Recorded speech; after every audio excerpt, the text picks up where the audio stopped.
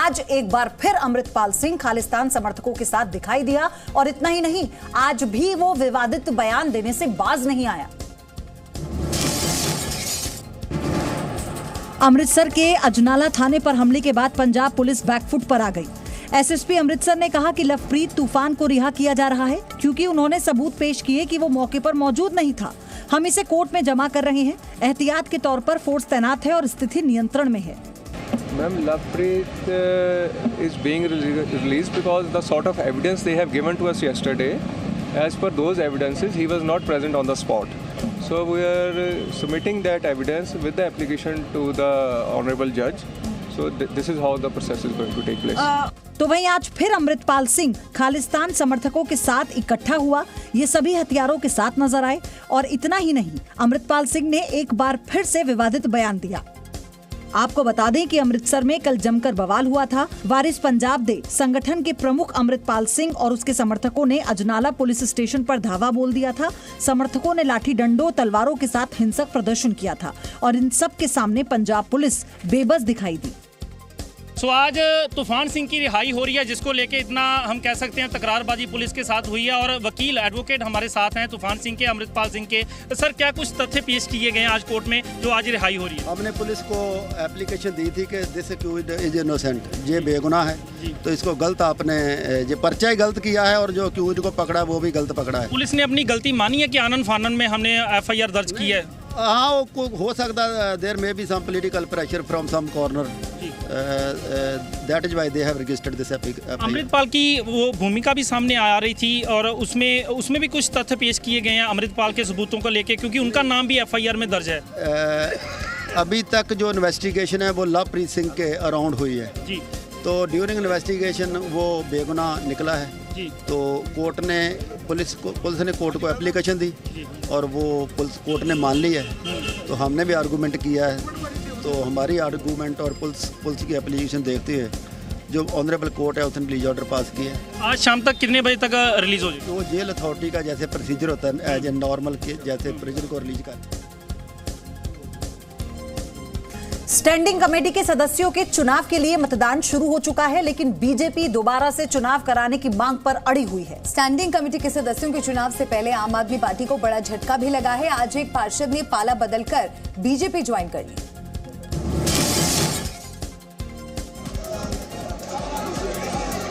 Delhi MCD की standing committee के सदस्यों का आज दोबारा चुनाव हो रहा है। चुनाव के लिए मतदान शुरू हो गया है। बीजेपी पार्षद इसे अपनी जीत के तौर पर देख रहे हैं। दरअसल 22 फरवरी को मेयर चुनाव हुआ था। इसके बाद होने वाला स्टैंडिंग कमेटी का चुनाव हंगामे के बाद रुक गया था। सिर्फ 47 पार्षद ही वोट डाल पाए थे। बीजेपी फिर से चुनाव कराने की मांग पर डटी थी। मतदान से पहले सदन में हंगामा शुरू हुआ। बीजेपी पार्षदों ने सदन में जमकर नारेबाजी की। बीजेपी पार्षद मेयर शैली ओबराय को सदन में बुलाने की मांग कर रहे थे। दरअसल शैली ओबराय और आप पार्षद देरी से सदन में पहुंचे थे। स्टैंडिंग कमेटी के सदस्यों के चुनाव से पहले आम आदमी पार्टी को एक बड़ा झटका लगा है। दिल्ली के बवाना वार्ड से आप पार्षद पवन सहरावत बीजेपी में शामिल हो गए। दिल्ली के पटियाला हाउस कोर्ट ने सुकेश चंद्रशेखर की कस्टडी 3 दिन और बढ़ा दी है। सुकेश चंद्रशेखर ने एक बार फिर जेलर पर पैसे लेने का आरोप लगाया है। महाठग सुकेश चंद्रशेखर की पटियाला हाउस कोर्ट ने ईडी के लिए 3 दिन की कस्टडी बढ़ा दी। ईडी ने सुकेश चंद्रशेखर की 4 दिन की कस्टडी बढ़ाने की मांग की थी। आज 9 दिन की कस्टडी पूरा होने के बाद सुकेश चंद्रशेखर को पटियाला हाउस कोर्ट में पेश किया गया था।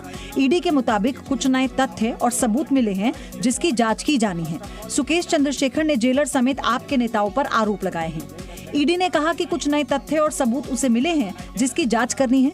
दूसरे दिन आरोपी दीपक रमदानी और जेल अधिकारी DS मीना से एक साथ पूछताछ की जानी है। इससे पहले सुकेश चंद्रशेखर ने दिल्ली के मंडोली जेल में जेलर दीपक शर्मा और जयसिंह पर लेन देन के आरोप लगाए थे। जेल में डाली गई रेड में सुकेश की सेल से 1.5 लाख रुपए की चप्पल और महंगी जीन्स बरामद की गई थी। अपनी सेल में हुई छापेमारी के बाद सुकेश फूट फूट कर रोने भी लगा था। First of all, it's an old video. I am from 9 days. I'm in ED custody. It is all legally allowed.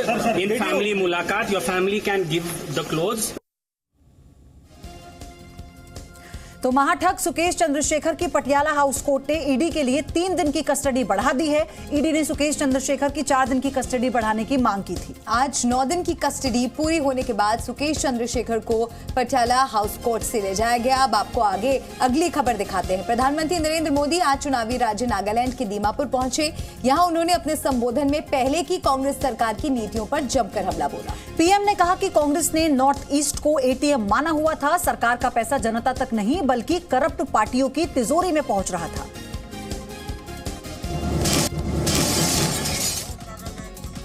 Nagaland और मेघालय में 27 फरवरी को वोटिंग होनी है। सभी पार्टियां मतदाताओं को अपने पाले में करने की कोशिश कर रही हैं। इस कड़ी में प्रधानमंत्री नरेंद्र मोदी ने नागालैंड के दीमापुर में रैली को संबोधित किया। आपका ये प्यार देखकर पीएम मोदी ने इस दौरान कांग्रेस पर निशाना साधा और भरोसा दिलाया कि एनडीए की सरकार की कोशिश होगी कि न केवल दिलों की दूरियां मिटे बल्कि दिल्ली से भी दूरी कम हो। पीएम ने कहा कांग्रेस ने नागालैंड की सरकार को रिमोट कंट्रोल से चलाया। दिल्ली से लेकर दीमापुर तक इन्होंने परिवारवाद को ही प्राथमिकता दे रखी थी। कांग्रेस के लोगों ने नागालैंड की सरकार को दिल्ली से रिमोट कंट्रोल से चलाया। इसका कारण ये है कि दिल्ली में पहले फैमिली फर्स्ट वाली सोच थी। छत्तीसगढ़ की राजधानी रायपुर में आज से कांग्रेस का महाधिवेशन शुरू हो चुका है, जो 26 फरवरी तक चलेगा। 26 फरवरी को समापन के मौके पर रायपुर के राज्योत्सव स्थल में मेगा रैली की जाएगी।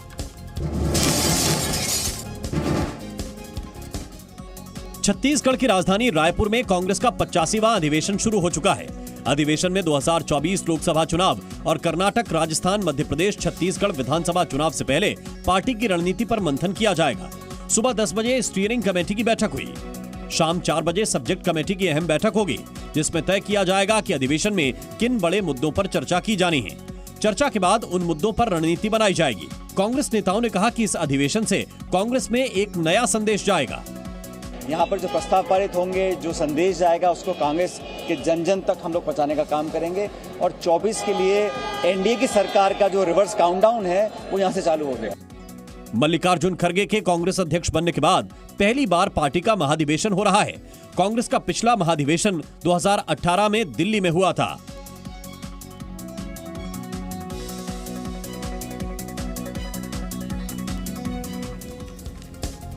भारतीय सेना ने आर्मर्ड रेजिमेंट के अभ्यास का एक वीडियो जारी किया है और इसमें सेना के जवान टैंक्स के साथ मिलिट्री ड्रिल करते हुए नजर आ रहे हैं। आप भी देखें।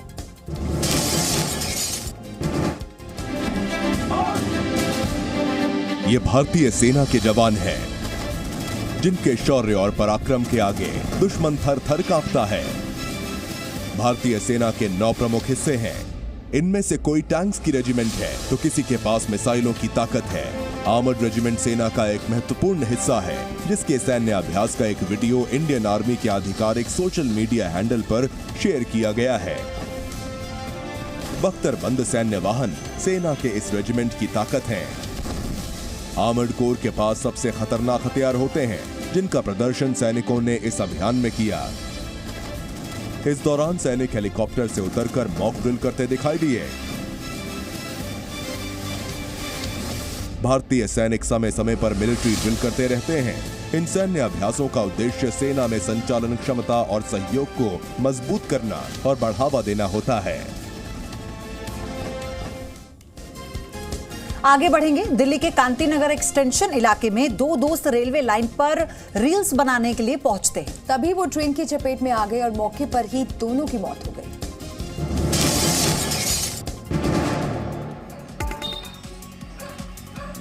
राजधानी दिल्ली में 2 दोस्तों को रील बनाने का चस्का भारी पड़ गया।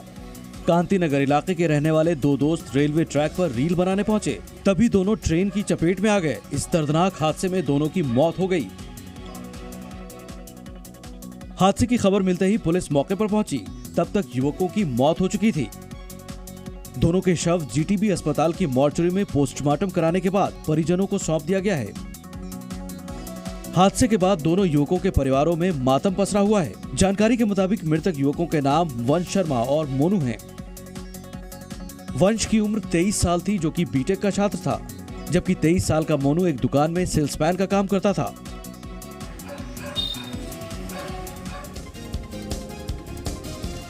और अब एक हैरान कर देने वाली खबर पटना से। पटना में कैदी के पेट में मोबाइल फंसा हुआ था, जिसे डॉक्टर्स ने बिना चीर फाड़ के मुंह के रास्ते निकाल दिया। बिहार की राजधानी पटना में डॉक्टर्स ने कैदी के पेट में फंसे मोबाइल को बिना चीर फाड़ के निकाला है। 2 दिनों से कैदी के पेट में 3.5 इंच लंबा और 2 इंच चौड़ा फोन फंसा हुआ था। 17 फरवरी को पुलिस जेल में जांच करने पहुंची तो कैदी मोबाइल पर बात कर रहा था। पुलिस के डर से उसने फोन निकाल लिया। थोड़ी देर बाद उसके पेट में दर्द शुरू हो गया। पुलिस उसे अस्पताल लेकर पहुंची, जहां एक्सरे देखकर डॉक्टर भी हैरान रह गए। कौशल के पेट में फोन था। मोबाइल कैदी की छाती के नीचे पेट के पास फंस गया। इसके बाद उसे पटना के IGIMS अस्पताल में भर्ती कराया गया। एक्सरे में उसके पेट में मोबाइल दिखा। अस्पताल के डॉक्टरों ने इंडोस्कोपी से उसके मुंह के जरिए मशीन से मोबाइल निकाला। हम लोगों ने जांच की, जांच करके एंडोस्कोपी विधि के माध्यम से बिना चीर फाड़ के इनका एंडोस्कोपी से मोबाइल निकाल लिया गया। छत्तीसगढ़ के बलौदा बाजार में आज बड़ा हादसा हो गया। यहां एक ट्रक और पिकअप वैन की भिड़ंत में 11 लोगों की मौत हो गई। इस दर्दनाक सड़क हादसे पर प्रधानमंत्री नरेंद्र मोदी ने शोक जताया और मुआवजे का ऐलान किया।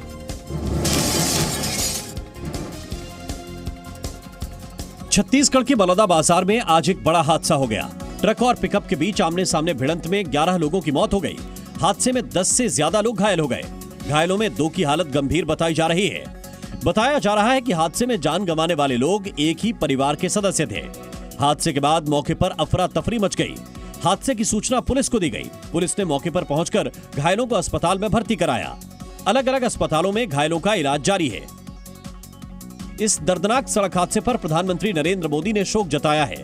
प्रधानमंत्री ने हादसे में जान गंवाने वालों के परिजनों को 2 लाख रुपए और घायलों को 50,000 रुपए देने की घोषणा भी की।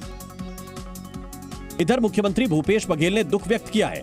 साथ ही जिला प्रशासन को घायलों को बेहतर इलाज की सुविधा उपलब्ध कराने और मृतकों के परिजनों को सहायता प्रदान करने के निर्देश दिए हैं। यूपी के हाथरस में एक किराना दुकान में आग लग गई। पहले स्थानीय लोगों ने आग पर काबू पाने की कोशिश की, लेकिन आग इतनी खतरनाक थी कि फायर फाइटर से ही उस पर काबू पाया जा सका।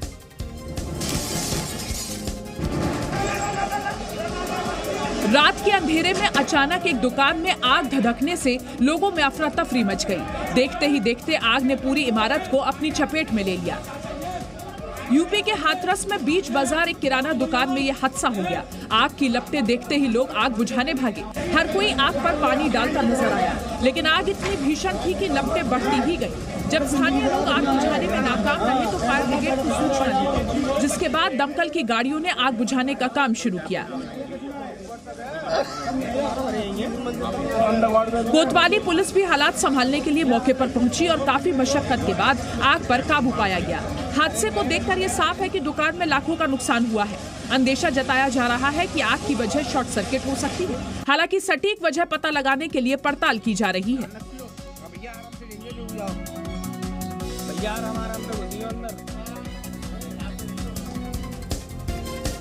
खबर उत्तर प्रदेश से ही है। कुशीनगर में 2 समुदायों के बीच जमकर मारपीट हो गई। शादी में ऑर्केस्ट्रा को लेकर दरअसल ये पूरा बवाल हुआ। मौके पर पहुंची पुलिस ने मामले को शांत करवाया, तो वहीं मामला 2 समुदाय से जुड़े होने के कारण गांव में तनाव का माहौल है। यूपी के कुशीनगर में एक शादी समारोह में ऑर्केस्ट्रा को लेकर 2 समुदायों के बीच आपस में विवाद हो गया। देखते ही देखते ये दोनों आपस में भिड़ गए और कई लोग इसमें घायल हो गए।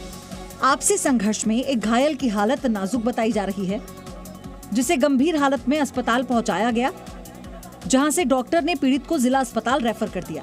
बताया गया कि शादी समारोह में बज रहे गाने और ऑर्केस्ट्रा पर आसपास के लोगों ने ऐतराज जताया, लेकिन नहीं मानने पर विवाद बढ़ता चला गया। इसके बाद गर्मागर्म बहस आपसी झगड़े में तब्दील हो गई। हंगामा बढ़ता देख स्थानीय लोगों ने ही इसकी सूचना पुलिस को भी दी। मौके पर पहुंची पुलिस ने मामले को किसी तरह से शांत कराया। मामला दो समुदायों के बीच में होने की वजह से पूरे गांव में तनाव फैल गया। पूरे इलाके में अतिरिक्त पुलिस बल की तैनाती कर दी गई। दोनों समुदायों के लोगों से शांति की अपील की गई। अस्पताल के बाहर भी पुलिस बल तैनात किया गया। इससे पहले भी कुशीनगर में ऑर्केस्ट्रा और डीजे बजाने को लेकर विवाद हो चुका है। रामपुर में फरवरी 2022 को डीजे पर डांस करने को लेकर विवाद हुआ था, जिसके बाद इलाके में तनाव फैल गया।